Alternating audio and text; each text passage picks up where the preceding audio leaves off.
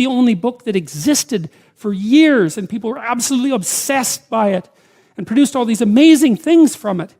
And we're in danger of losing that, and that's a big mistake because it's magnificent.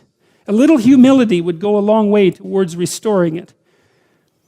And he went in unto Hagar, and she conceived. And when she saw that she had conceived, her mistress was despised in her eyes. So Hagar was successful, and that was a hallmark of feminine success now, and certainly then. And so she started to lord it over Sarai, which seemed a little bit on the ungrateful side, I would say, because Sarai made a big sacrifice to allow Hagar to become Abram's wife, and so a little bit of gratitude would have been in order, I suppose. At least that's how the story goes. And Sarai said unto Abram, my wrong be upon thee. I have given my maid into thy bosom. And when she saw that she had conceived, I was despised in her eyes. The Lord judged between you and I. And Abraham said unto Sarai, behold, thy maid is in thine hand. Do to her as it pleases you. And when Sarai dealt hardly with her, Hagar fled from her face. And the angel of the Lord found her by a fountain of water in the wilderness, by the fountain in the way to Shur. And he said, Hagar, Sarai's maid, whence camest thou? And whither wilt thou go? And she said, I flee from the face of my mistress Sarai. And the angel of the Lord said, return to thy mistress and submit under her hands. And the angel said, I will multiply your seed exceedingly, that it shall not be numbered for multitude. And the angel said, behold, thou art with child, and thou shalt bear a son, and shall call his name Ishmael. And Ishmael means God hears, by the way, because the Lord hath heard thy affliction. And he'll be a wild man. His hand will be against every man, and every man's hand against him. And he shall dwell in the presence of all his brothers. And she called the name of the Lord that spake unto her, Thou God seest me. For she said, Have I also here looked after him that seeth me? Wherefore the well was called Bir Laharoi. And that means the well who sees me and lives. It's an interesting interlude because, Abraham, God has established this covenant with Abraham, and obviously things are going wrong in the household in a really serious way, because, well, he's now had a child by another woman, and the two women are not getting along, and one is beating the other because of her insubordination and contempt, and so she's so desperate she runs out into the desert where she's probably going to die, and God comes along and says anyways to Hagar that her son shall as well be the father of nations. And so that's partly a reflection back on the power of Abraham's covenant, right? Even though things are going terribly wrong locally, let's say, the fact that Abraham has made this overarching agreement with God means that all of these catastrophes are taking place within a bounded space, within the ark, we could say. That's one way of looking at it. And I do think that that's right, because it seems to me that, if everything falls apart around you, there's a couple of things you're going to want. You're going to want someone standing beside you, that's for sure, that you can trust. You're going to want your family around you, and you're going to want them to have your back. And you're going to want to know that you didn't do some goddamn stupid thing to bring all hell down on yourself.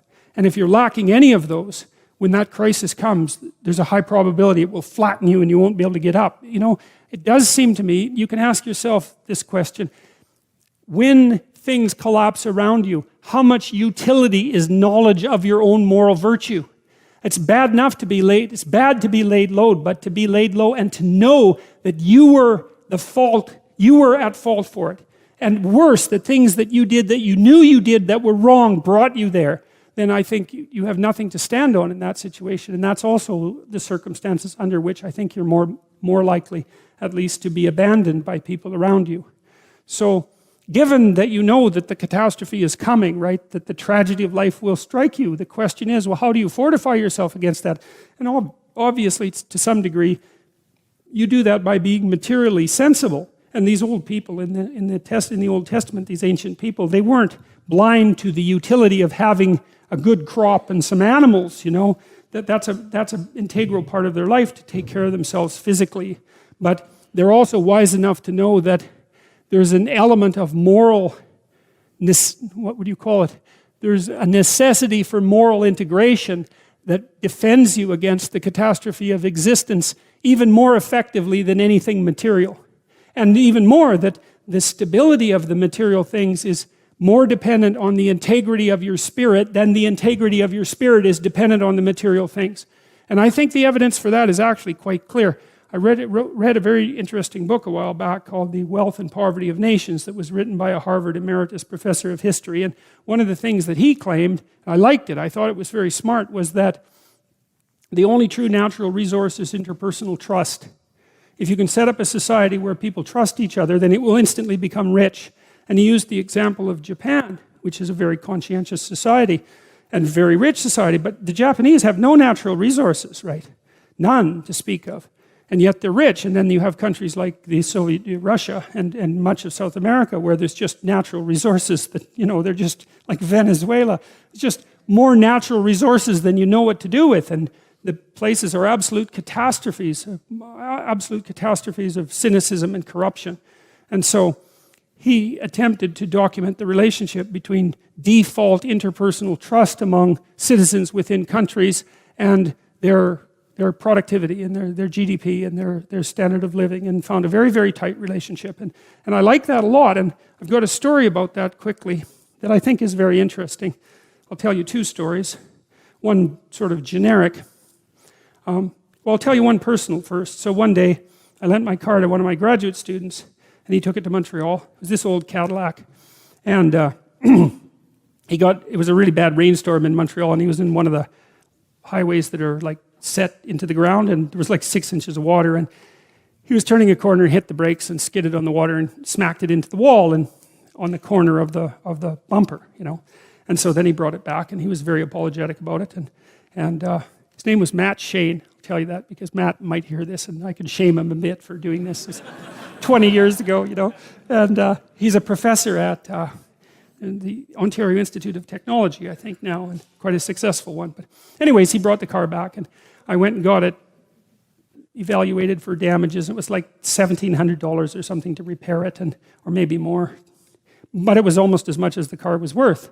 And I thought, well, I'm not going to do that. So I went online and I typed in the part, and if you do that, you can get people to bid on sending you a used part from all over North America. So that's kind of cool. So there's all these junk dealers have got together, and they have this network of communication. So you put in the car part, and then they send you a bid. And so this guy said, well, I'll send you the bumper assembly, which is the whole bumper and the lights, for like $250. And I thought, yeah, okay, you could do that. That'd be good. So then I said yes, and then he called me up about half an hour later. This guy from way down south, he had a really deep sort of Mississippi accent, and he said, wait a sec, was that for the bumper or the bumper assembly? And I said, well, it was for the bumper assembly. He said, oh, I thought it was for the bumper. And then he said, but that's okay, I'll send it to you anyways. And I thought, well, that's pretty good. So I said, well, thank you. And then I hung up. And then half an hour later, he called me up again. And he said, look, I just went out and looked at that bumper assembly, and there's a plastic trim piece on the side, and it has a scratch in it. And I thought I better tell you that just in case you didn't want it. And I thought, wow, that's so amazing. It's like, there's a miracle, man. It's like this guy, he's somewhere in Mississippi. I'm never going to see him again, ever. I'm never going to have any contact with him.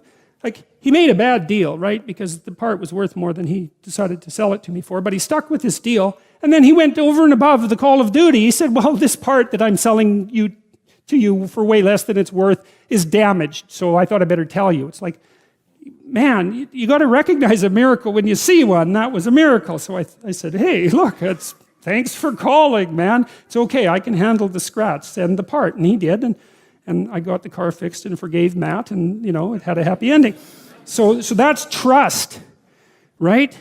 Because I didn't know him from Adam, and he's a primate full of snakes just like the rest of us. And yet he was willing to simplify himself to the point where I could just take him absolutely at his word. And that meant we could trade even though we were strangers. It's like, man, do not underestimate the utility of that. And then there's eBay. So when eBay first started, the idea was it's not going to work because you'll send me junk and I'll send you a check that bounces, and that'll be the end of eBay, right? And so these escrow agents popped up so you could insure your transaction with them. It was for like 10% of the transaction. They would get the check and the goods and make sure that they were okay, and then send them on or insure the transaction. But what happened was the escrow agents didn't make any money. And the reason for that was no one cheated. Now you think about how amazing that is, right? You bring these people together, across a whole continent. They've never seen each other before. They're never going to interact with each other again. And this was before there were any reputation ratings on eBay. And yet the default transaction was, you describe your goods honestly, including their flaws. You set a reasonable price. I decide to pay you. You ship the goods, and I pay you. And it works. And what happened was that eBay produced a tremendous amount of capital that was previously frozen. So frozen capital is when you've invested money in something, but the thing is no longer useful to you, so the money is just sitting there frozen, right, so to speak. And you can't get it loose because, well, you've got an attic full of junk. How are you going to get rid of that? Oh, eBay. And so all of a sudden all these things that were just junk became valuable, and everybody got richer. And none of that would have happened without the covenant that we established between each other that's predicated on trust. And so you might say that trust is the currency. And currency is trust because it's a promissory note, right? And if people lie, then the currency gets debased very, very rapidly. And so the economy runs on trust. And so that's part of the overarching covenant. So Abraham makes this covenant with God, and he decides that he's going to aim high and live a good life and tell the truth, and that puts this boundary around him. It's like a walled garden. It's like a walled garden. And inside there's all sorts of things that are happening that are complex and difficult, but outside there's a boundary. And the boundary is, well, maybe things won't. It's like God says after the flood, he says, I'll never send a flood again. That's part of the story. And so there's an intimation there that no matter how bad things get, they won't get so bad that they'll be catastrophic. But there's a coda to that, which is that you have to maintain the covenant. And we don't know what that means, because, you think it's pretty obvious that if you treat people well, if you really think about it, and you're not being naively optimistic and like, a nice, good person with all the weakness that intimates. If you're being hard-nosed and sensible, you understand that if you treat people, if you trust people, that's an act of courage. If you're not naive, right? If you're naive, it's an act of stupidity, because you might get bit, and you probably will. And if you're naive and you get bit, you will suffer for it. It'll traumatize you. But if you're not naive and you know you can get bit, then you might ask, well, what should you do with people? And the answer is you should trust them. And not because you're naive, and not because they couldn't betray you, and not because you don't know that they could betray you, but because if you hold out your hand in trust, then you're inviting the best part of that person to step forward, and that won't happen unless you take that initial step, and that's courage, not naivety. And so to trust someone once your eyes are open, that's an act of courage, and that opens up the world. And you might say, okay,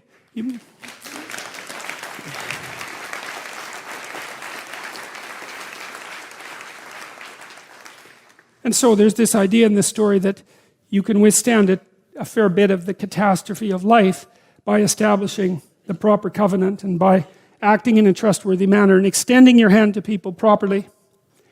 And you might say, well, okay, that's sensible. I can understand how that would work. And I can certainly see how the opposite wouldn't work, because, if I have to be absolutely terrified that you're going to betray me at every possible moment, and we're in a negotiation, we're not going to get any work done, man, because I'm going to be figuring out what you're up to all the time, and you're going to be figuring out what I'm up to all the time, and we're just not going to get anywhere. You'll come and say you're going to do something, and I can just simplify you. I can say, you're going to do what you said you do. I don't have to worry about you. And then the same applies to me, and then we can go do something, and that's how we generate wealth. So then you might say, well, what's the ultimate limit of that? Like we know that there's corruption in our society, and that people betray each other, and there's deceit and all of that, and it causes things like the periodic collapse in 2008, which was complicated, but was partly engendered by corruption. Like, what would be the upside if we really determined to act honestly? What do you think it is that people would be able to do with the world if we stopped acting in a corrupt manner? I mean, what is the upside? Do you think we could how far back could we push aging, do you think, if we hit it hard for 50 years? Could we triple our lifespan? It wouldn't surprise me. All these terrible diseases that beset the planet, we could get rid of them. There's no reason for hunger and starvation. We make enough food. It's like, what would happen if we stopped acting badly? How much better could things get? Well, you start locally, I think. You start with yourself and you start with your family. But, there's intimations of the divine. There's intimations of the kingdom of God and the covenant with God in the Old Testament. It's like you think, well, we speak secularly. You think, well, that's an unprovable assumption. It's like, well, we'll just hold on a sec. What's the assumption here exactly? What is the upper end for humanity? I mean, who's going to say, right? Who's going to say, especially in this day and age, man? There's so many things happening that you can't even comprehend them. What could we do if we put all of our effort into it? Well, you can experiment with that because you can start in your own household. You can start in your own room. And you can make miracles happen in the confines of your own space. There's no doubt about that. All you have to do is try. You'll see that happens. And people are writing to me and telling me that they're trying this and that that's exactly what's happening. And so we don't want to be too cynical about where we might be headed. And Hagar bore Abram a son, and Abram called his son's name, which Hagar bare, Ishmael, who is by tradition the forefather of several Arab nations and of Muhammad himself. And Abram was 86 years old when Hagar bare Ishmael to Abram. So that's the end of another story. And then, so that section ends. And then again, we have an encounter between Abraham and God. When Abram was 99 years old, the Lord appeared to him and said, I am the Almighty God. Walk before me and be thou perfect.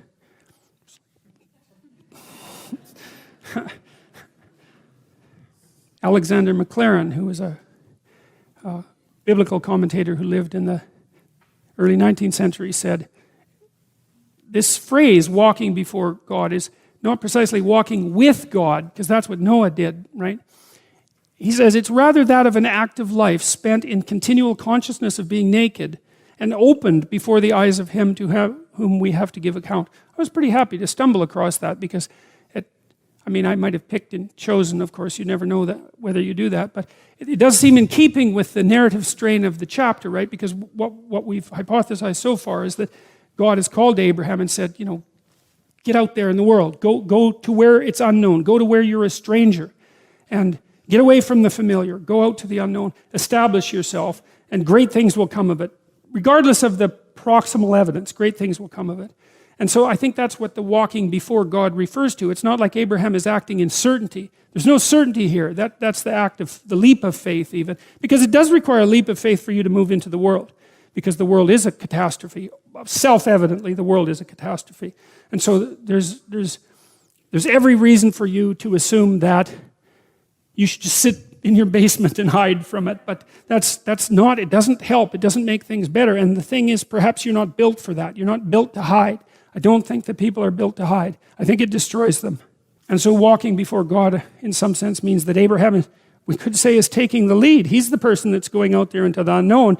God says, well, great things are going to happen, but he's a little short on details, that's for sure. So the weight is still on Abraham, and that's a good thing because that ennobles Abraham, right? That's the other thing that's so cool, is that if God had just laid out the whole story and brushed the branches from Abraham's path while he was walking forward, well, then there'd be nothing for Abraham to do.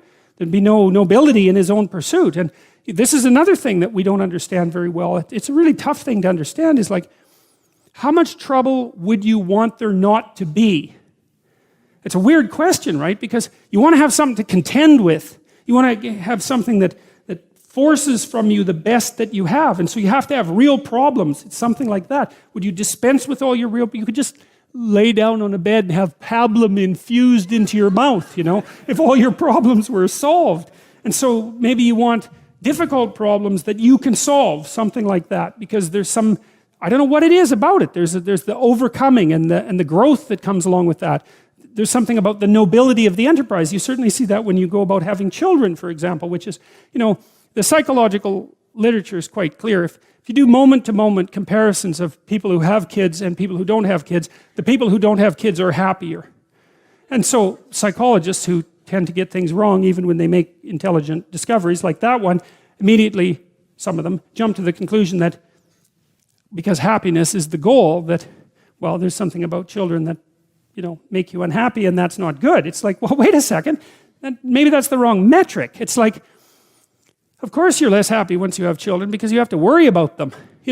My neighbor down the street, who's a very smart woman, said to me once, you can only be as happy as your unhappiest child. and which I thought was really good, that's really smart.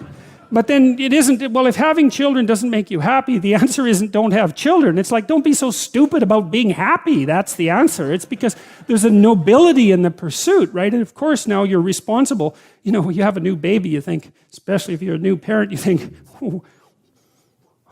what the hell is this? And what am I going to do with it? It's like, and then you're done for the rest of your life. You never sleep properly again because you're going to be worried about this creature that you have to take care of. But like, what the hell good are you if you're not doing that, or something else equally difficult? Because you just haven't been called out yet, unless you take on a responsibility like that. The idea that life is, that happiness is the purpose of life. It's like, great for happiness, man. If it comes along, you should be thrilled that it's visiting you. But the notion that that's what you should pursue, that's the weakest possible notion.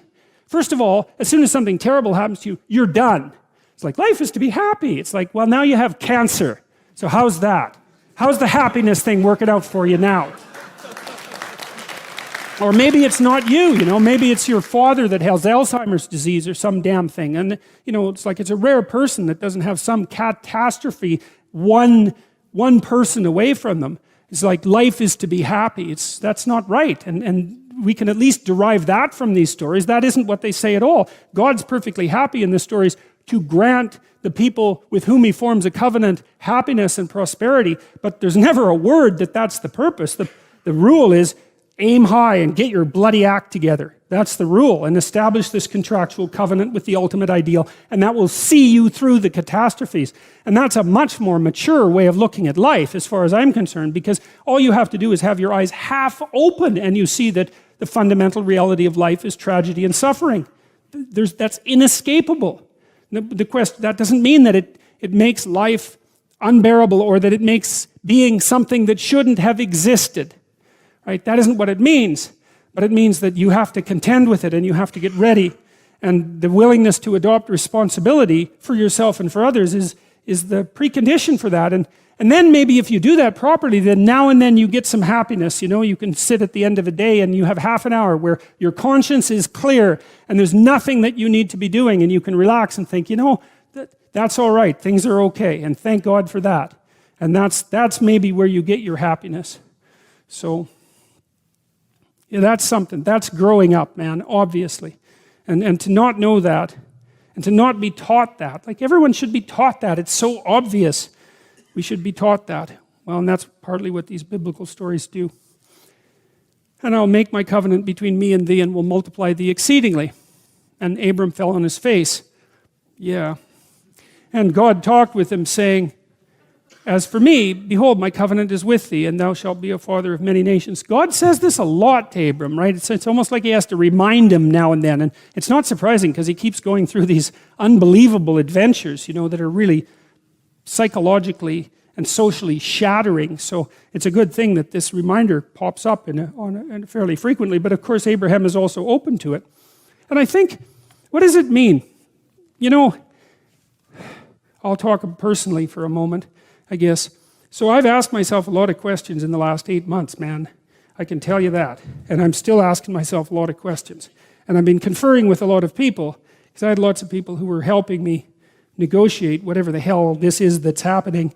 And, I could ask them how I was doing, and they would tell me a bunch of things I was doing wrong and some things I was doing right, and I could listen to them. And I was asking questions all the time about how the hell I should manage this properly.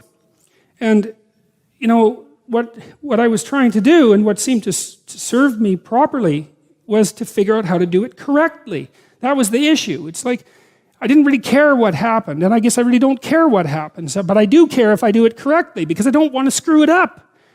I don't want to screw things up. And that seems to be a reasonable goal for people. I mean, wouldn't you like that as a goal, that you don't screw things up? Because you can't control your life isn't fully under your control by any stretch of the imagination, but it might be nice to not have your conscience eating at you saying, look, you had a big opportunity there, and you mucked it up because you're weak and blind, and you didn't listen. That's no good. The catastrophe is bad enough, as I said, without you being the bloody source of it. And so, well, that's Abram falling on his face, I guess, and also communing with God. It's like, you don't He wants to get it right. He wants to get it right. And there's these things that beckon and promise, but it's bloody easy to make a catastrophic mistake. And you'll do that in your life, you know. And maybe humility is one of the things that can prevent that, because you can look and you can think, okay, what am I doing wrong? What am I doing wrong? What can I do better? How can I do this properly? And then maybe, you know, you get the intimation of the proper way to move forward. And maybe that's what protects you when things are chaotic and in strife. And who knows what that's worth? Neither shall thy name anymore be called Abram, which means high king, if I remember correctly. But thy name shall be Abraham, for a father of many nations have I made thee. Oh yes, Abraham, high father. Look at that. Abraham means father of a multitude. And I will make thee exceedingly fruitful. And I will make nations of thee. Productive, right? Productive. And that seems to be something that's good to be. I mean, like one of the things that I've thought about deeply, I thought deeply about death and the death of my family members and about funerals. And I thought about it partly because I had this weird experience once that I think I told you about, where I took one of my clients to see an embalming, which was a very strange experience. And I had a chance to talk to the funeral directors, you know, because they have weird jobs, you know. And there's this idea, well, the Freudian idea that people suffer from this terrible death anxiety. And there's a whole line of social psychological theorizing called terror management theory that's predicated on the idea that we defend ourselves against death anxiety with our belief systems. And like it's Ernest Becker's idea. He wrote The Denial of Death, which is a great book. But there's a weakness in it, because you see some people who aren't like that. You know, like emergency room nurses aren't like that. And palliative care nurses aren't like that. My sister-in-law is a palliative care nurse. That's a hard job, right? Because you go in there, you're caring for people, and they're in pain, and they're on their last legs, you're trying to make them comfortable, and you have a relationship with them, because how the hell are you going to make them comfortable if you don't? And then they go and die on you, and that just happens. That's what happens every day, right? And what's weird is that people can be palliative care nurses. It's like, how do you figure that out? Because people can actually thrive in the face of death, strangely enough. And like these funeral parlor directors, they were interesting to talk to, because that's all they do, right? They just deal with death and grief all the time. And it was very interesting talking to them, because I talked to two of them. They found their job extremely meaningful. And I asked them, well, you know, what does that do to your life? You know, you're saturated with death and suffering. And this is the same answer that I got from the palliative care nurses, that it doesn't undermine your life, it enriches it. Now, who would guess that, right? I mean, what the hell? That just doesn't make any sense at all. But what it does is speak to human possibility, because God only knows how tough you are. You know, I mean, if you read history and you read about what people have done, you think, wow, we're pretty tough. People are... I read there was a shipwreck in the Antarctica 100 years ago or so, and I read the story. It was an autobiography, if I remember correctly, of the captain. I might be wrong about that, but I've got the basic story right. Well, they had a shipwreck in the Antarctica. And then they were there for a whole year in the Antarctica, you know, and none of them died. Not one. He didn't lose a single man. Not one. He kept their morale high. And then they took this boat that was on the ship, and they crossed like 400 miles of the roughest ocean, the roughest frigid ocean in the world, right? You don't go in that ocean. And then they went to an island, and they walked across the island, across these mountains that no one else has ever climbed since. And they went to the city on the other side of the island, and they got a boat, and they went and rescued their compatriots, and everyone survived. It's like, Endurance is the name of the book. You read that book, man, you think, wow, people are really tough, you know, and it's ridiculous. So who knows how tough you are? And maybe you find out by going out to find out how tough you are, right? So you take on a challenge, one that you think you can master, that's just a bit beyond your grasp. And you master it, and then you're a little tougher, and you think, hey, that worked out pretty well. And so then you're more of a monster. And then you go out and you find another challenge that's even bigger, and you think, well, maybe I can do that too. And then all of a sudden you can, and you get a little bit bigger, and God only knows what the limit is of you. And you find out by pushing yourself against the world, and of course that's what Abraham is doing. And so,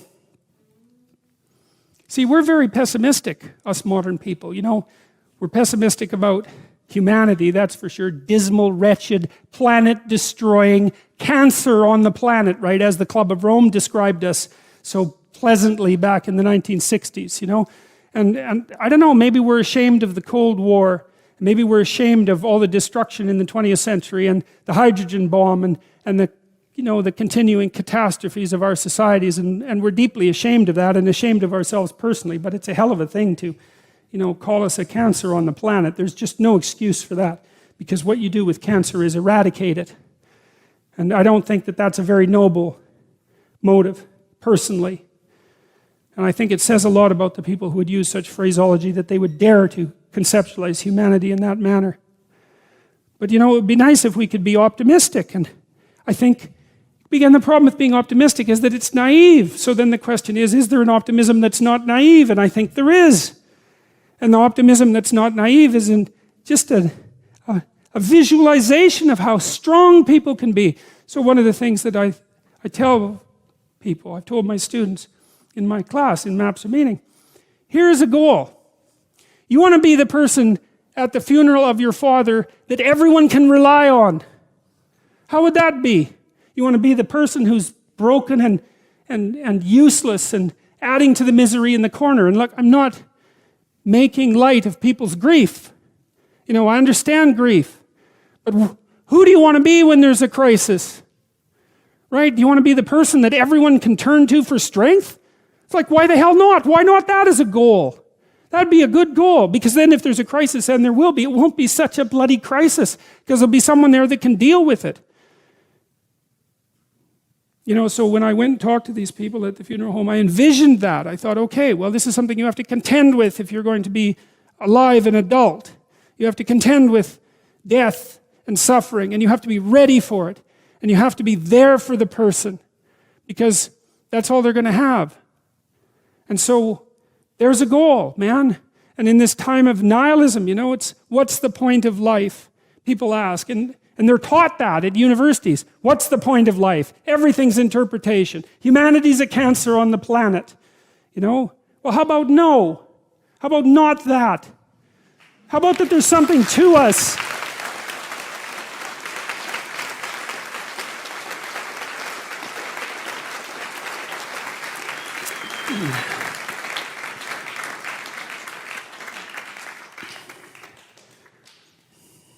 And I will establish my covenant between me and thee and thy seed after thee and their generations for an everlasting covenant, to be a God unto thee and to thy seed after thee.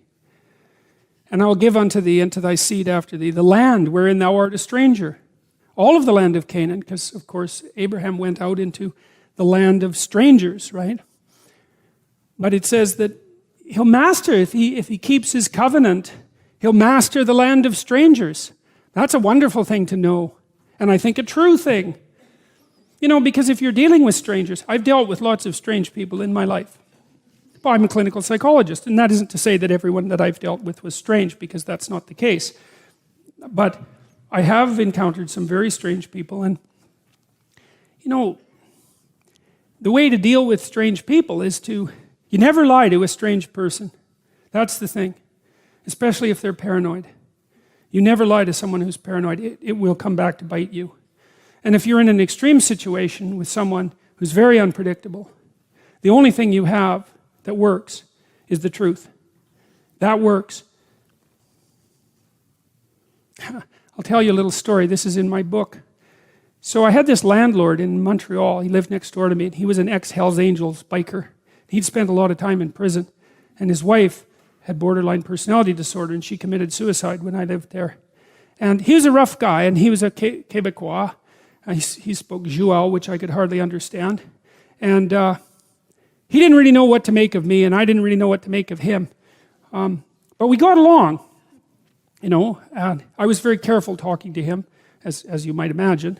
But I was very, and we went over, my wife and I went over there, and we had spaghetti dinner one night, and we sort of communicated, and I bought a poster from him because he made these wooden posters that had neon on them, and that's how he made a living. He'd kind of trained himself to be a bit of an electronics guy, and so he made these things. And he was trying to quit drinking, and we talked about that. He was a lot older than me. He was like 20 years older than me. I was about 25 at this point. And we got along pretty well. But every now and then he'd go out and drink. And he could really drink, like he was one of these guys who could drink like 60 beer. And you think, well, no one can drink that much, and you're wrong.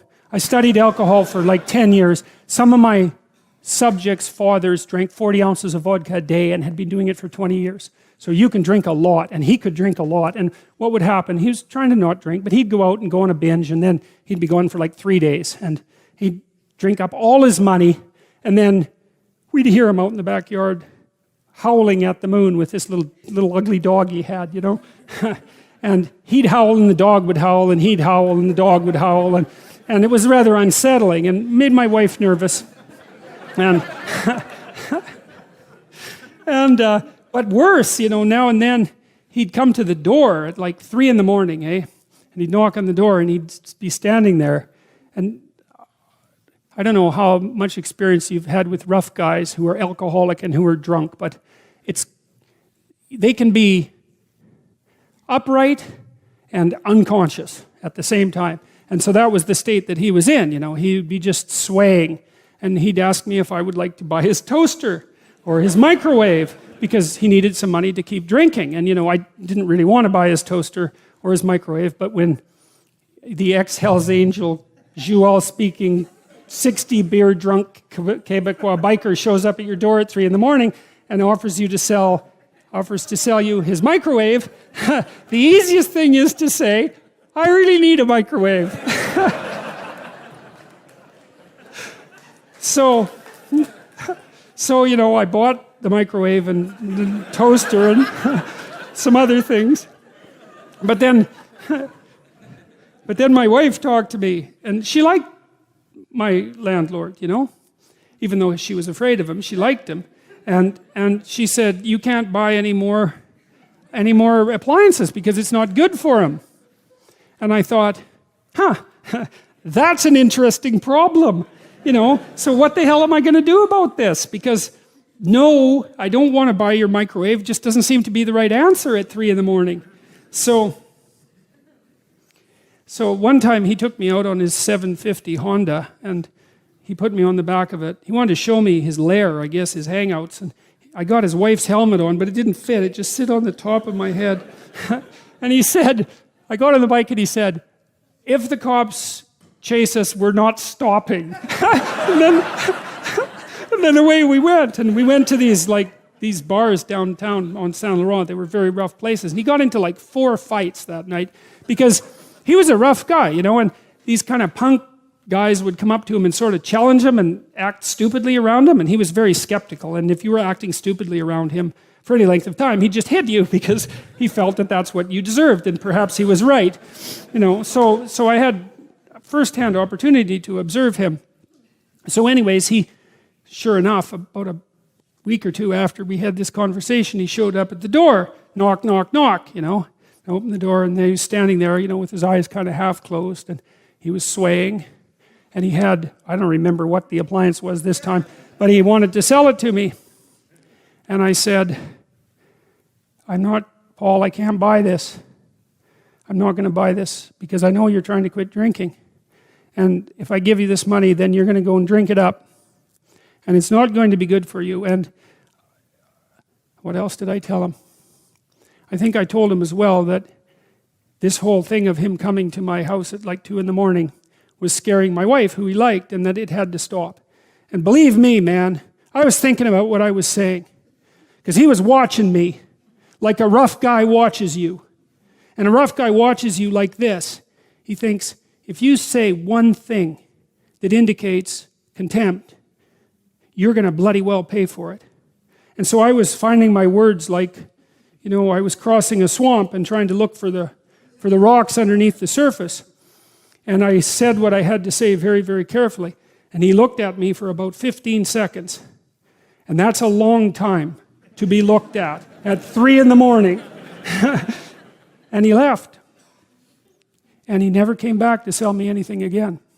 And we got along fine. But that's a good illustration of this issue with regards to truth and success in the strange land, because I was in the strange land when I was talking to my neighbor, my landlord then, and I managed to say what was true carefully enough, so despite the fact that he was a very violent person and that he was a very intoxicated person and that he had every reason to be suspicious of me, and we couldn't communicate very well, and I didn't do what he wanted, that he took it, and he left, and there was no problem, and life went on just fine after that. And so, we don't want to underestimate the utility of establishing this bounded relationship with the ideal and attempting to live with some nobility in truth while aiming at the highest ideal. There's nothing about that that's anything but strengthening and positive. And it's exactly what you need to set against the catastrophe and uncertainty of life. And as far as I can tell, that's what these Abrahamic stories are attempting to communicate. So we'll stop there. Thank you.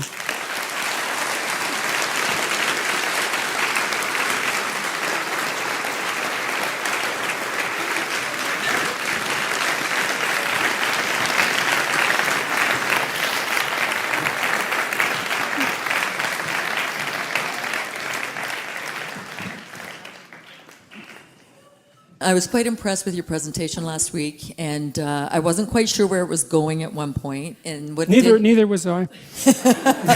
And that's okay, because at one point I listened and I thought, what you basically were talking about, this is what I saw, you were embodying mind, body, and spirit and bringing it all together as one. And you touch on it a bit tonight when you talk about truth. This is where we need to go, right? And I know you say be positive and all that, and yeah, that's right, I agree. It's scary what's going on right now. However, we have the power to stay in the positive.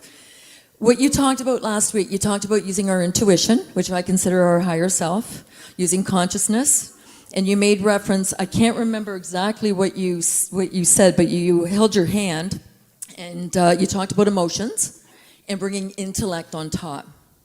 And when you said emotions, everything just lit up for me, because I'm thinking that's our heart chakra. That's what combines our lower self, our physical being, the material stuff, all the stuff that doesn't really motivate us, with our higher self. And when you talked about emotion, I wanted to talk about the emotion of love. And I find so many people are terrified. It's a 4-letter word, I know, but it doesn't have to be bad. Okay, so I remember why, when I talked to you last week, why I wanted you to ask this question. So I've talked a lot in this lecture series about truth.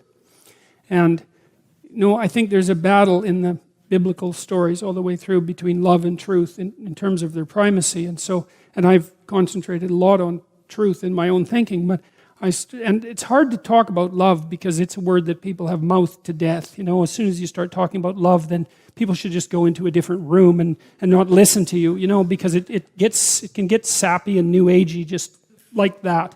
And I don't like that at all, but it still is something that has to be contended with. And I think, so I've been trying to conceptualize, let's say, what this covenant might constitute. And I think the love part, so here's this. So, there's this book by Goethe called Faust, and it's in 2 volumes, Faust 1 and Faust 2, logically enough. One was written much later than the other, and Faust basically sells his soul to the devil for knowledge. And the devil in Faust is Mephistopheles. And Mephistopheles is quite a well-developed character. And Goethe has Mephistopheles say what he's about, which is really quite cool. So it's like the adversary of the world, evil itself, gets a chance to speak and make its case.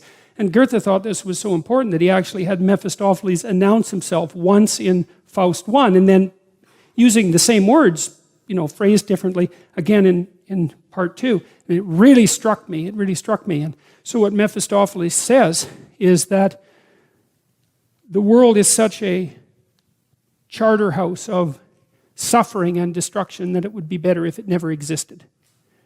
And so that what he's working to is to bring existence to an end, because it is not justified by its suffering. It's like it's an argument very similar to the argument that's made by Ivan Karamazov. Thank you. Russians, you can't pronounce them or live with them. You can.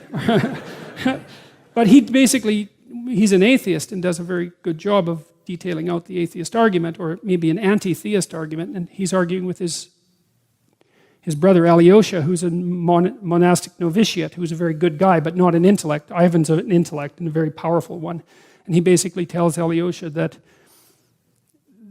all of the cosmos isn't worth the suffering of one child. He tells this story about this, and this Dostoevsky took this from a newspaper, about this parents that locked their 4-year-old daughter in an outhouse overnight, and she screamed about it until she froze to death. And so Dostoevsky used that argument. He tied that into Ivan's anti-theist argument against Alyosha. It's a very, very powerful argument. The Brothers Karamazov is an absolutely mind-boggling, amazing book. I would highly recommend it. And so that's the Mephistophelian perspective. Mephistophelian perspective is that being itself is so corrupt that it shouldn't exist. So then you think, okay, well, fair enough. That's a decent argument. It's understandable.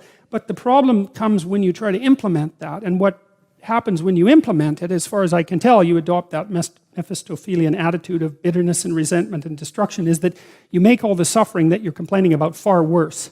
And I think that's what happened at the base of things in the 20th century, is that there was a powerful movement among humanity to bring being itself to a halt. You know, what culminated in the development of the hydrogen bomb.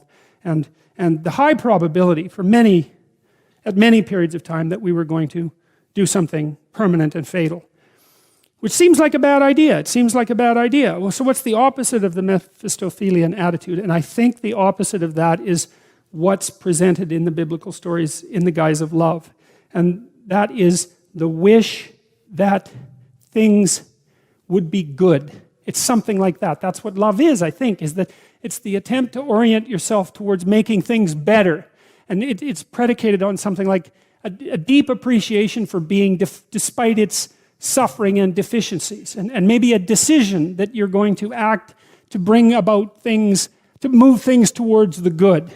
And I think that's the thing that sets the parameters of the aim. It's the opposite of the Mephistophelian attitude. It's like to work towards the betterment of being because you've decided that you're going to open your heart to existence, something like that. And it's within that framework that truth takes place, I think, because truth has to serve something. It can serve truth, but it has to be bounded inside something. And I think that that's what it's bounded inside. So what I was going to refer to with that was David Hawkins wrote Power versus Force, and he put it on a quantifiable scale, all different emotions. He called it consciousness, and he put love at 528 hertz.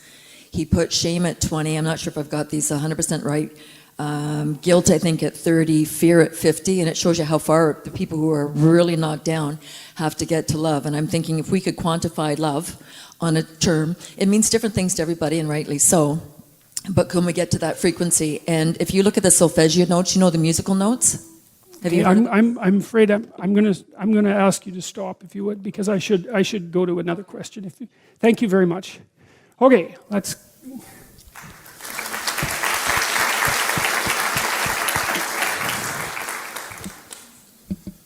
So you've been an educator through the rise of the smartphone, and my question basically relates to procrastination and task delay. Needless task delay specifically. And given the unprecedented level of distraction that we have in today's world, I just wanted to get your perspective from a psychological standpoint on, other than cleaning your damn room, what would you suggest to a student who's looking to overcome these things? Well, I think with any, let's call it addictive process, I mean, email is powerfully addictive, right? Partly, it's a slot machine, and I mean that technically. So when you pull, that's a variable ratio reinforcement schedule, if I remember correctly, and it's very addictive because if you pull on the slot machine arm enough, you will win, and you never know which pull will reward you. And so not only is that addictive, it's very hard to extinguish that, and so. Email's like that because there's always something beckoning, and now and then it's a jackpot. And social media is like that because, you know, people are posting interesting things. And so, well, how do you overcome an addictive process? And partly, you do it by replacing it with something better, right? So, when people study drug and alcohol use, they often make an elementary mistake, which is to try to figure out why people use drugs and alcohol. That's not a smart thing to wonder, We know why people use cocaine. Cocaine directly stimulates the systems that produce positive emotion. It's like, so there's no mystery there. The mystery with cocaine is very, very simple. Why don't people take cocaine all the time until they die? That's the mystery, really, because you can get isolated rats to do that. So, and for some people, alcohol has the same kind of effect, except it's mediated by opiates. But often what people have to do to get themselves out of an addictive process is to find something better to do to replace it. And so I would say the problem with the gadgets, and I mean, they're amazing things, is that they proximately interfere with medium to long-term goals, I would say. And so I think the first thing you have to do to bring them under control is figure out what it is that their use is interfering with. It has to be something important, right? So you think, well, I want to do something important. Well, what is that? Well, it could be personal. Maybe you want to have a relationship. You want to get married. You want to have kids. You want to have a career that's meaningful. You want to have a life. You want to have an Abrahamic adventure and be the father of nations, let's say. Well, you can't be ratting away on your cell phone and doing that. And so I think part of it is to set your sights high and make a plan and figure out who you could be and see if obsessive utilization of smartphone fits into that vision of nobility. And it will partly, because they're unbelievably powerful communication devices. But so often it's for lack of something better to do. And it also interferes. So that's about the best I can do with that.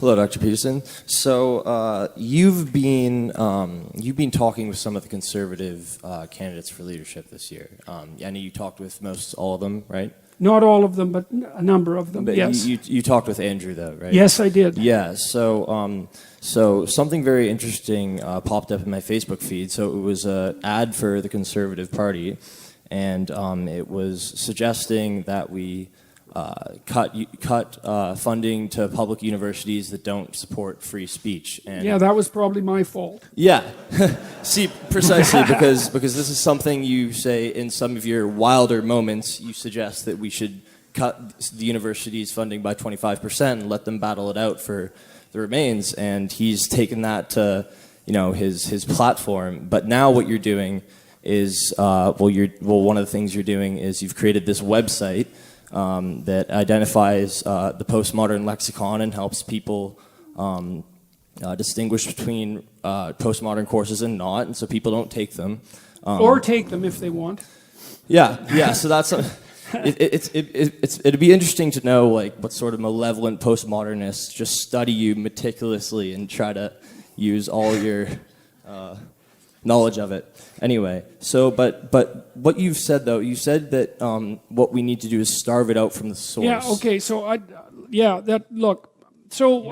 do. I know where you're going. So about 3 weeks ago, I went up to northern Saskatchewan. My parents have a cottage up there. It's way the hell out in the middle of nowhere, and there's no cell phone. Although we do have internet now, which is probably bad and good. But anyways, I got to take a bit of a break, which was good because I haven't really been able to think. Because, more broadly about, say, what I'm doing, because I don't know what the hell I'm doing exactly. This is all very strange.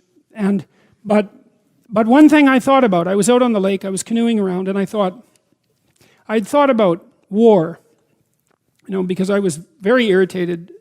I'm very irritated about what's happened to the universities.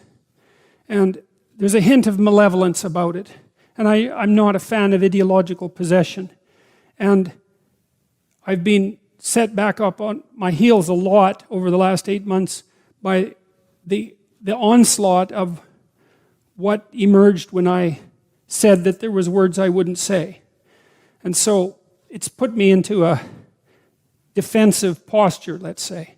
And I had been thinking in terms of war metaphors, like this is a battleground and that there's a war going on, an ideological war. And I do believe that that's true. But then I was reading, and I did this partly for this course, I was reading the Sermon on the Mount, and one of the things it says is, resist not evil. And I don't know what to make of that line. And so I was talking to a bunch of people about it and reading about it a lot and trying to figure out what it meant. And partly what it means is don't waste time, right? Because when you're fighting against something, then there's something else you're not doing. And then I thought, also when I was out there on the lake, I thought, well, do I really want to be in a war? Because war, that's not heaven. That's for sure. It's really stressful, and people get hurt. And so I thought, well, maybe that's just the wrong way of thinking about it, even though there's a battleground issue here. And I thought, well, wait a second, maybe the right thing to do in a situation like this, and this is maybe something that those on the alt-right might consider, is that the right thing to do maybe is to outline a better way rather than go directly on the attack. Now, that might seem somewhat at odds with my idea of the website, and perhaps it is somewhat at odds with that. I'm not sure about that, but what I'm trying to do, instead of conducting this like a war, let's say, is to conduct it like a movement towards something better, and that would be better. Now, with regards to cutting the university's funding, I thought about that too, and I thought, wait a second, that's not going to work out, because it's inviting political interference into higher education. Now, the political interference might be of the counterbalancing kind, because the evidence that the humanities in particular have tilted almost 100% to the left is overwhelming. And so maybe some counterbalance from the right would set things more towards the middle. But the problem is when you open up the door to political interference with higher education content, you can't close the door again. And so on reflection, I thought that it probably was a suboptimal idea. And that would be better instead was to, and this is what I want to do when I launch the website. I want to ask students, the students who will be using it, it's like, what do you want from university? Because here's your options. You can come out ideologically possessed, right? You can buy this doctrine, this pathological doctrine, and you can become bitter and resentful, and you won't learn to communicate properly, and you won't read the great works of civilization, and you won't learn to think and write. It won't become noble in body and spirit. Is that what you want? Or do you want the opposite? Do you want a real education? And then I want to explain what that means, like I did tonight to some degree, that there's absolute value in learning how to put yourself together and to communicate and to familiarize yourself with the classic works of civilization. And I want to offer that, I want to do what I can to offer that as the proper alternative instead of staying ensconced in this notion of a battle, which is I just don't think it's the right metaphor. So. Either. And Dr. Peterson, I just want to say that I think what you're doing is absolutely miraculous. It helps change my life, and I'm sure at least raise your hand if Dr. Peterson has helped change your life. So for the better or for the worse? Ask him to. Look Thank at it. you. Well, it's about 40 people maybe, and that's miraculous, And I think and your thinking is going to be. It's going to be all over the place in the Canadian election in 2 years, and I think that God, that's a horrible thing to contemplate. you better watch out for it, buddy. And you need and there's going to be a lot of talk about how Andrew Scheer's political message is going to stem from yours, and I think it's really important that he doesn't censor himself like other conservative politicians are doing. Yes. And because, I don't know, we need to unite under a valid, thoughtful, articulate, conservative voice. And what do we have now? We have Trump. That's what's, we don't have any strong, articulate male voices in our political discourse right now. That's what it feels like. Well, it's definitely time for you to develop one. So, looks like you're on the right path.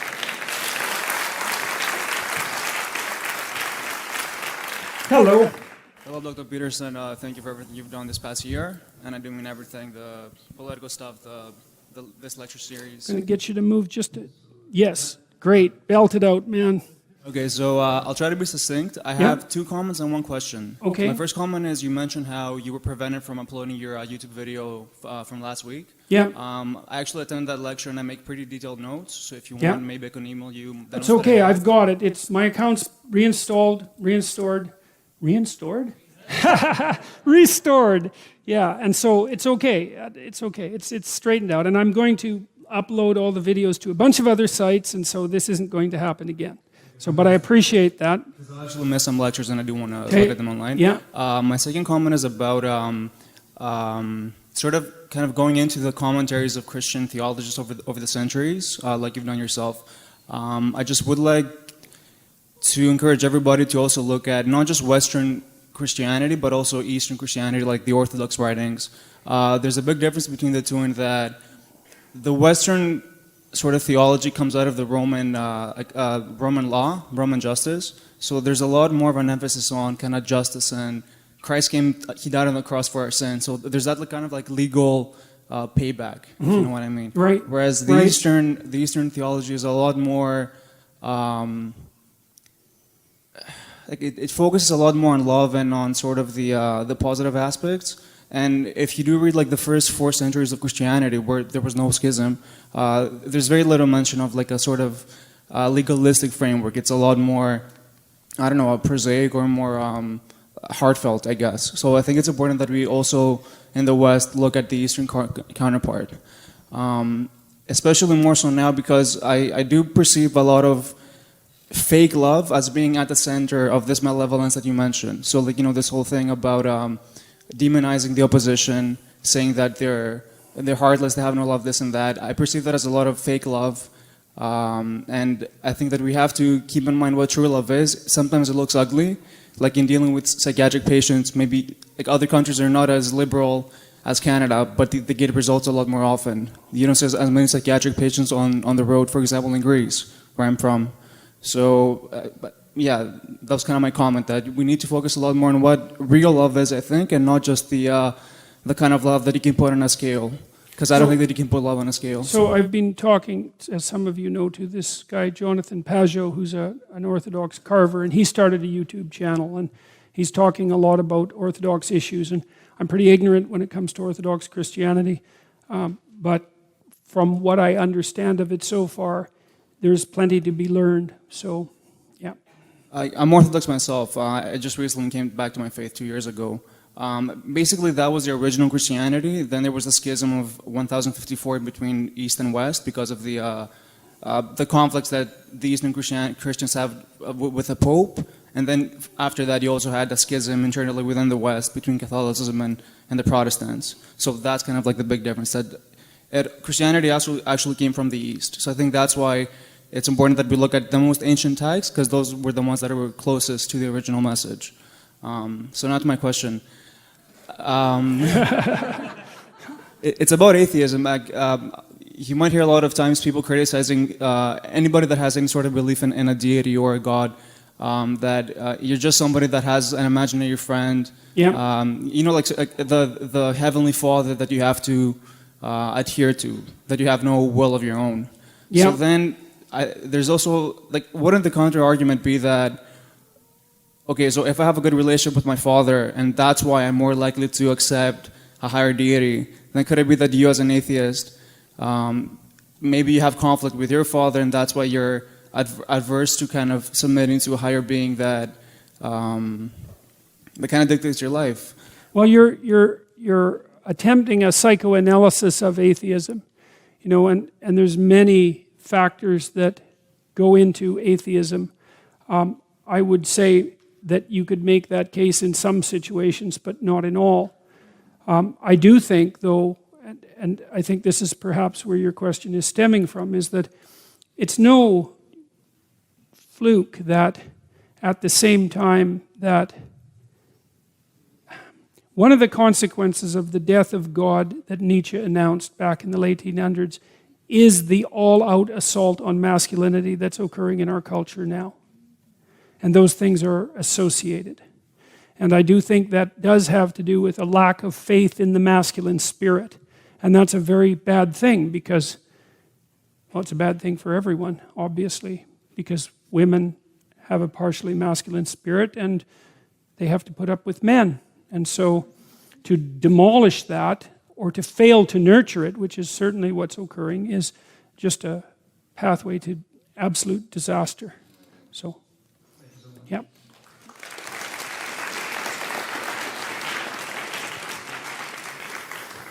Peterson, so this is the type of question that you hate because it's in the category of why you believe what you believe.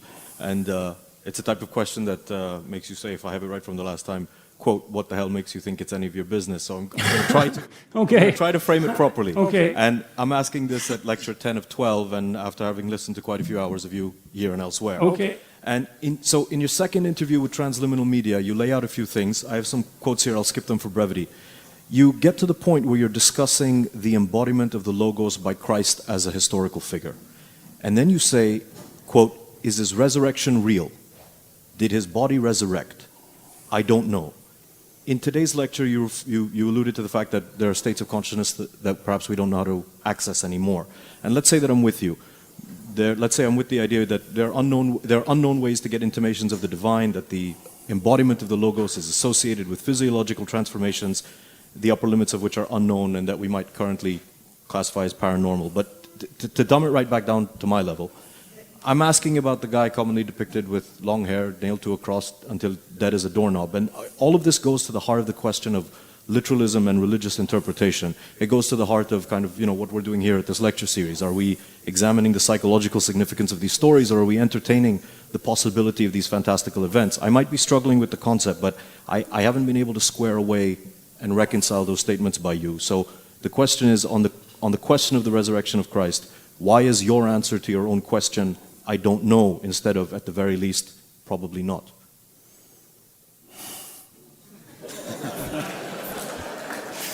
Well, you're definitely right about me hating that question.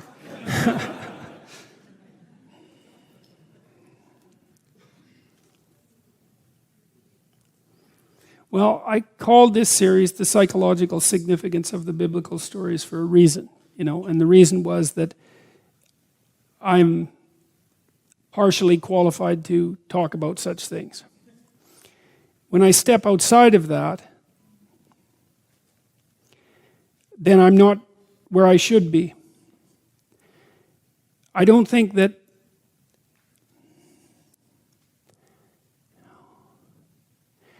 I don't think that this is, I'm not going to get this right, I can't get the words exactly right. This isn't about what I believe personally. It's partly because I don't know what I believe. I don't know what I believe. The world's a very strange place. I've had some very strange experiences in it. I don't think it's helpful for me to step outside my jurisdiction and speculate precisely. The easiest thing would be to say, I think I said what I had to say today. I don't think that we know what the upper limits of human possibility are. I don't know what that means metaphysically. What I do understand from the Gospels is that even the accounts of Christ's resurrection are complex and difficult to understand.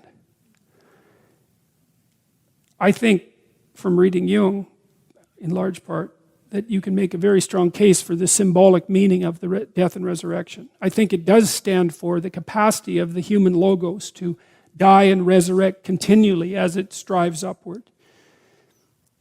I'm not willing to say that that's all it means, because I don't know what everything means. And I don't know about the fundamental metaphysics of being. Like, I do believe that it's accurate to construe being as a battleground between good and evil. I believe that. I believe that is the most accurate way of representing being. It's not the most accurate way of representing the objective world. That's not the same thing. Being is that set of experiences which we inhabit. And that's only partly objective. And it's not obviously reducible to the material, not in any straightforward way, because we don't understand the material substrate of being at all. And when we do attempt to understand it, say at the quantum level, we run into mysteries that baffle the most intelligent of us and aware. So I'm going to have to leave the question hanging, but partly because I don't know what I think, but partly because there has to be a line between what I believe and what I can communicate. What you believe is beyond your capacity to articulate at the deepest levels of belief. And I can only share with you what I have actually come to understand. And there's things that I don't understand, and that's definitely one of them. I don't know how to draw a line between the symbolic significance of the biblical events, say, the symbolic and psychological significance of the biblical events, and the metaphysics that's underneath them. And I think you see the same thing in Jung, because when Jung writes technically and formally, he never talks about God. He always talks about the image of God, which is not the same thing. The image of God would be your subjective experience of God. It says nothing about the objective reality of God, because your subjective experience can't say much about objective reality. But even in Jung, you get this mix, you know. Sometimes it's psychological, but then he makes a metaphysical move. And I think that reflected also the limits of his knowledge, because Jung had profound revelatory experiences. He was a very strange person, you know, and I think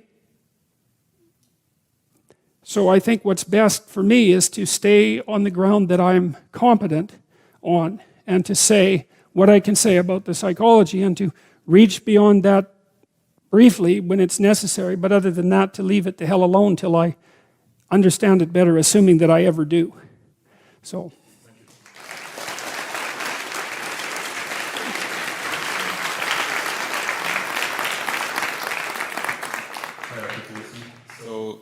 Because of these lectures, I've been reading the Bible, and well, I'm obviously not finished, but I'm fairly familiar with how it goes. And I've been thinking about two parts of it in specific, which is the story of Isaac and the crucifixion of Christ, and particularly one of the things that Christ says on the cross, which is, my God, why have you forsaken me?"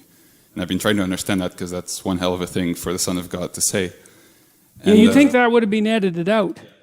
Yeah, no, seriously, it's like, why isn't that gone? You know, it's very inconvenient. Yeah, and you haven't touched on the story of Isaac yet, but there's this thing called typology, which I'm sure you're aware of, but basically the idea that what's going on in the Old Testament is sort of the laying out of types for Christ, and that Isaac is essentially a type of Christ because they have all these similarities. And so I've been thinking about it in that context, and thinking about the parallels between them, between Isaac and Christ. And one of the things that also struck me was mostly the differences between Isaac and Christ. And the main difference, it seems to me, is sort of a difference in direction of sacrifice. So the sacrifices of Abraham is Abraham sacrificing his son to God. And then the sacrifice of Jesus is God sacrificing his son to mankind. And I've been trying to understand basically how that works. And in relation to the... You and Western civilization for 2,000 years. Yeah. Well, there is these transformations of sacrifice, right? That continue. So the next thing that happens in these stories is that the circumcision starts to come in as a sacrifice, and it seems to be something like the beginnings of replacement for sacrifice of animals. It's, you know, there's this psychologization of sacrifice. So first it's pure external and acted out, and then it becomes something that's more conceptual. Like it becomes embodied in the form of the circumcision, and then it becomes more conceptual. And that conceptual transformation keeps occurring. And it seems to, well, it culminates to some degree in this idea of the sacrifice of Christ, who's God sacrificing his son to mankind, but the sacrifice is much more complex than that, right? It's also Christ sacrificing himself to God. And I think that the issue there is something like, well, let's say you're supposed to offer up the best that you have to God. That's the sacrifice. That's what happens with the high-quality animals that Abel sacrifices. Okay, but there's something better than the best that you own. Well, what's that? Well, part of it might be, well, the relationships you have with people. Are you willing to sacrifice them to pursue the highest good? Well, then are you willing to sacrifice yourself or your son? Like your son might be. That's a tough one. I can understand the idea of sacrificing yourself better. I'm still wrestling with this story of Isaac, obviously, because that's such a complicated story, and I do think it's reasonable to think about it as a form of foreshadowing, at least the way the Bible is set up. Of course, people who aren't Christian wouldn't agree with that, but that's fine. The idea that you would offer yourself as a sacrifice to God, that seems to me to follow quite logically, because, well, obviously you have nothing greater to give than the best of yourself, right? So you sacrifice yourself to the highest good, and that's part of the way in which humanity is redeemed. That makes sense to me. That just seems like, for me, that's a pretty straightforward psychological truth. The son issue, that's That's a lot tougher thing to wrestle with, because one of the things I was thinking with what Jesus says on the cross is that one of the interpretations of that is basically that Jesus in that moment is human. Basically, is not Right. divine. It's just Jesus, the human. right. But that always kind of felt a little bit like avoiding the question to me, because you can't just posit something like the Trinity and then say, oh, but in this moment that doesn't go, right? That doesn't count. So, but if we think about it in that way of like the difference in the direction of sacrifice, and it seems to me that in the sacrifice, whoever is making the sacrifice sort of aims toward something. So Abraham is sort of reaching for the divine when he's going to sacrifice his son. And so that would mean maybe God is reaching toward the human. And so that would make some sense of that interpretation that Christ is only human in that moment, right? That it's the sacrifice is accomplished and the reaching down is accomplished. But I'm still left to the question, what do I make of that? Because that's one interesting interpretation. I mean, it's useful to have a problem like that because it gives you something to think about, right? And something to study further. And it's a major problem. I mean, the whole issue of, well, we could say, well, what's the relationship between the divine and the human, which is obviously brought to the forefront in the idea of Christ, right? But it's a personal issue because part of the issue is what's the relationship between you as a finite entity and the transcendent infinity that surrounds you. Well, there's some relationship because here you are and the transcendent infinity around you exists. So there's a relationship. The question is, what is the relationship? And we don't know that. And it's dramatized in that story. And so, I mean, partly the reason that there's so much conflict and confusion in that story is because it's trying to bring opposing things together, right? How can something be God and man at the same time? It's just like the genie, which is the root word of genius, by the way. The genie is this incredibly powerful force that can grant wishes, right? But it's constrained in this tiny little space. There's an intimation there that for something to be real, it has to straddle the divide between the finite and the infinite. And that's what human beings do, I think, to some degree. And that's dramatized in that story, but it doesn't mean that we understand it. I mean, you know that sometimes you're going to feel that way when you're called upon to make a sacrifice. You're going to feel that you've been betrayed by everything. And I mean, the story's set up that way, right? Christ is betrayed by tyranny. He's betrayed by his best friends. He's betrayed by his mortality. Like, it's an archetypal story and he's innocent. So the story can't be any worse. That's why it's archetypal. And I mean, the story says to some degree that under such conditions, even God himself would have doubts. It's something like that. And that's a powerful idea. It's a very powerful idea. So that's the best I can make out of that for now.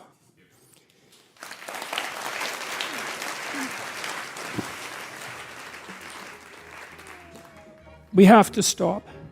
So we'll convene again in a week. Thank you very much. If you found this conversation meaningful, you might think about picking up Dad's books, Maps of Meaning, The Architecture of Belief, or his newer bestseller, 12 Rules for Life, An Antidote to Chaos. Both of these works delve much deeper into the topics covered in the Jordan B. Peterson podcast. See jordanbpeterson.com for audio, ebook, and text links, or pick up the books at your favorite bookseller.